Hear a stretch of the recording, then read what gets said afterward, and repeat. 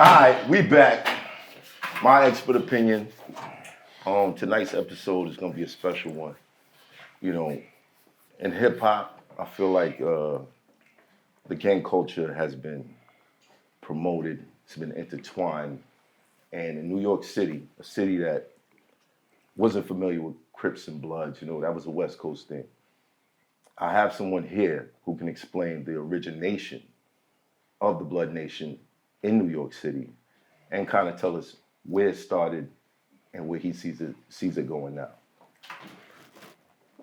Let's welcome Mandu. Vibes. Welcome. Thanks for having me. I'm 10 toes down. Yeah, thanks for having me. So now, I saw a clip of you going full Macho Man Randy Savage. Yeah, I know. Yeah. I'm a 70s kid. I can't help it. Yeah. Okay. On Jim Jones. Jim Jones. What started that? All right. Well, I've been home 5 years. Today is my 5th year anniversary of me being out of prison. Clap it up. And I'm blessed to be off of parole as well too. For the first time in my life, I ain't been on paper since the age of 11, and I'm 58 years old. So from the age of 11 to today is the first time I'm not on paper that ain't mine. Right. And what started that? Like I said, I've been on 5 years now, and the first week I got out of prison, I joined a group called Vocal, Voices of Community Activists and Leaders. That's my first week out, and I've been doing the work. I got help get rid of the box, along with my brother Badvibez. He joined me. I reached out to him. Stack Stone, salute to my brother Stack Stone. He started it. We followed his lead. He was already doing it when we got out. Right. So I joined that organization because like what I'm doing out here, I was doing in prison.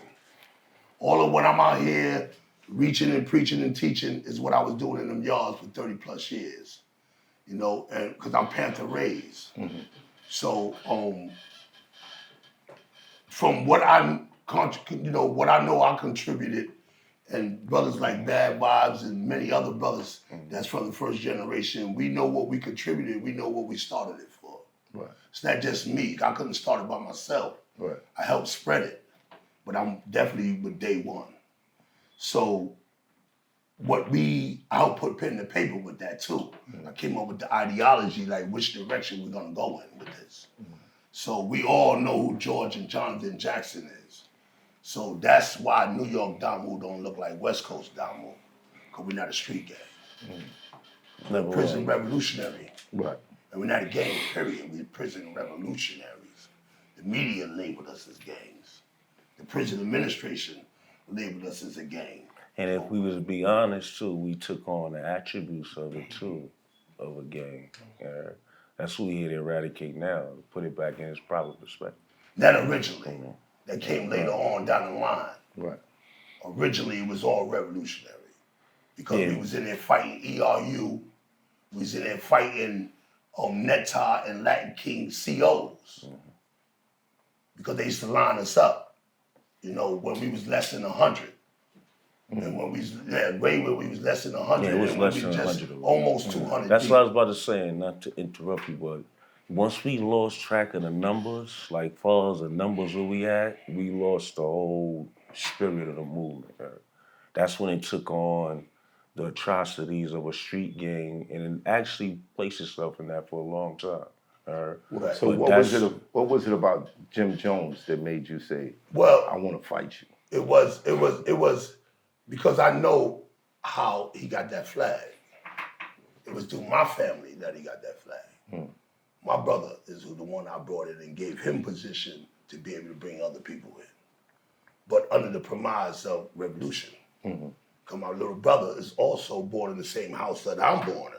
He's just not as serious about the revolution as I am, because he ain't lived in the places that I lived to make me grasp that. Because I lived in prison, so I'm reading revolutionary books behind enemy lines. So I have no other choice but to take this shit seriously. Because I'm reading it and I'm behind enemy lines. In fact, I'm going through conditions. I'm going through conditions worse than George and Jonathan. Like we did more box time than George did time. Nah. Period. We did more time in the box in solitary confinement Yeah, I than he did did. George Jackson.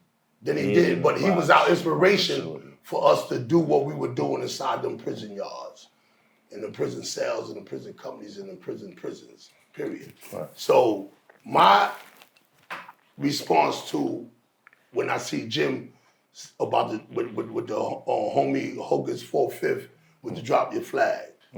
Now I'm not with the proper term that he used with the drop your flag term, but it is what it is. Right. Because you get that's like a total. It's not respectful.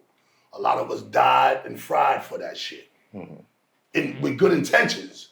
We ain't talking about trying to hold something up and with bad intentions, with the negative connotation that would come behind the red flag or any color flag. Because the media, because when you read all those colors, all the history of every color flag, they all were revolutionaries in the beginning, especially when they minority gangs. Right. Every single last one of them were to protect their community from an outside oppressor. Right. Even with respect to the Latino gangs too that we went up against in the Great War when we rose from this. Even them too, right? When I made mention of every color flag, I included them as well. Yeah, Latin Kings and all of them. Yeah, Right? I'm not gonna mention one color. I said every color. Right? So every last one of them. I read all their literature. I had to. Because at one time we were ops.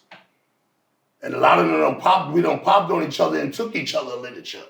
We done ran in each other's cells and took each other literature while we popped it. Right. So I know what the op is thinking. So you feel like Jim represents a different side of It's not even what he represents. It's that I never truly seen him because I'm living on where I'm living at. I'm doing what I'm doing. I'm bopping the way I'm bopping. I'm at the day one. So I always seen him as an entertainer.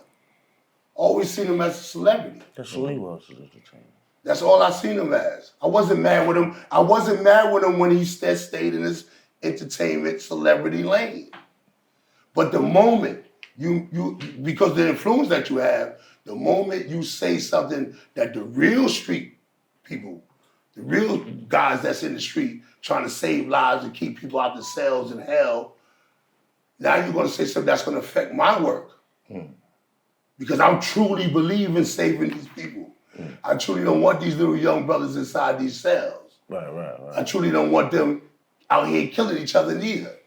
I wasn't even allowing them to cut and slash and fight each other in prison without me having to get in between that. So you think I want to come on the street and watch them murder each other? No. Even though the rate is lower than it was when me and my generation was out here murdering each other, I definitely don't want them to escalate to that. Right. I want it to be non-existent. You follow what I'm trying to say? But because he has way more influence than I do, Right. on a global scale, everybody know who he is. They know his face. They don't know my face. But I'm working hard. I'm busting no diddy. I'm busting. I'm putting it in to save my community. Me and my brothers and it's mad brothers in this nonprofit that come from this gang culture. That's the pioneers of this city as far as bringing down the violence rates in this city. That's putting their body between bodies and bullets. That part. So when you're gonna be an entertainer and you're gonna rep that as an entertainer, I need you to make comments as an entertainer. Don't answer true life questions. Well, what was the line in particular that? The line in particular when he spoke about the war, right? And I understand, and I said it in another podcast where we spoke on, and I said, matter of fact, our platform, our platform. Mandu So and Badvibez. on the Badvibez and Mandu and the Mandu Warrior channel, on our platform. So on that platform, we both addressed it about what we know he'd been through some wars. We ain't saying the dude ain't been through no wars, but he ain't been through the wars. He wasn't through that. He ain't been through the wars for Damu though. Right. He went through wars for his career. He went through wars to put his brand on the map. You know what I'm saying? Right. He didn't go through the wars that we went through for the flag. Yo, and if I was to say too mad, that way he answered, that touched us. Like, we like, what? yo, so much that we sacrifice and lost, not just time, time, it's so much that we sacrifice and lost to hear somebody who corporate America funds to run across the stage, even if it's just with a red flag on. We couldn't connect with that, Yeah. And to be honest with you, I heard it. I called Mandu early in the morning, sent it to him. I said, look what this dude said. Yeah, I Have y'all responded. ever had a That really conversation, bothered though? us. Of course. I off the record, off responded the after camera. first of all, he's seen it before me. Right. He sent it to my phone. I didn't watch it that night. He hit me early in the morning, yo, you watched the video that I sent you. I said, nah, I'm working. I'm out in the street saving lives. Like super nigga, in real life. So when I said, all right, I'm gonna watch it now. I'll watch it. And that's when the internet seen it. I see a total. So what you seen was a real reaction. Yeah, real time. In real time. Because after I seen it on my phone, I seen a minute and a half, the opening. When he smoked, I said, oh no, I cut it up and put it on the TV. So when you see my reaction, that's real time reaction. Now, Jim being one of the first New York Bloods, well, to gain popularity, why haven't you guys ever had a conversation together? Well, it's Hoffa, trapper turn smack rapper. Only smack rapper that you know is smack rapper.